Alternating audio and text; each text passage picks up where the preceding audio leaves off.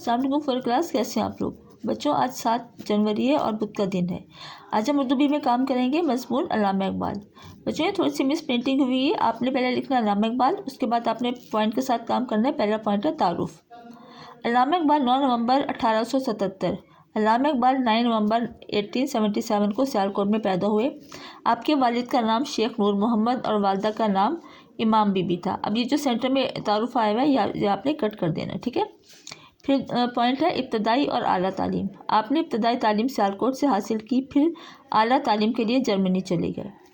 مفکر پاکستان، آپ نے مسلمانوں کے لیے ایک الگ ملک کا تصور پیش کیا، اس لیے آپ کو مفکر پاکستان کہا جاتا ہے۔ پھر ہے پوائنٹ شاعر مشرق۔ آپ نے مسلمانوں میں اپنی شاعری کے ذریعے آزادی کا جذبہ پیدا کیا، آپ نے بچوں کے لیے بھی بہت سی نظمیں لکھی۔ علامہ اقبال کو شاعر مشرق بھی کہا جاتا ہے۔